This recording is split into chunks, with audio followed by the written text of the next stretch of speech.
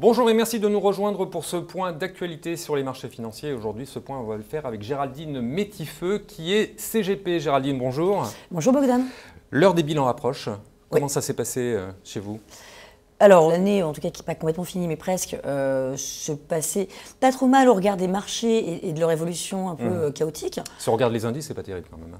Alors on est mieux que les indices, ça c'est une satisfaction. C'est jamais assez satisfaisant pour un client qui va dégager une perf très légèrement positive ou très légèrement négative. Justement, les clients, qu'est-ce qu'ils disent? Le client, alors ceux qui nous connaissent depuis longtemps, ils sont plutôt assez contents parce qu'ils voient qu'on est au-dessus des indices, justement. Et puis, ils ont du recul par rapport à leur performance. Ceux qui sont plus récents, ils sont peut-être un peu plus dubitatifs sur le fait d'avoir mis de l'argent il y a un an et demi et d'avoir peu de retour sur performance à date. Mais ça gronde pas? Non. Non. Non, ça gronde pas.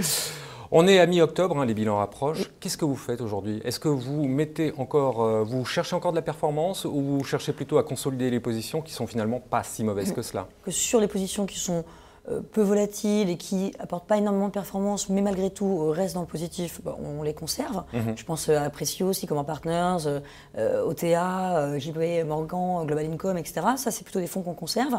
Et puis, sur les fonds qui ont plutôt moins bien donné cette année, comme la gamme H2O, on ne les renforce pas, on ne coupe pas parce qu'on estime que comme ils ne sont pas corrélés au marché, à proprement parler, leurs paris peuvent encore être très positifs sur la fin de l'année. Donc on garde cet espoir-là. Donc on est plutôt sur une phase d'attente et de consolidation.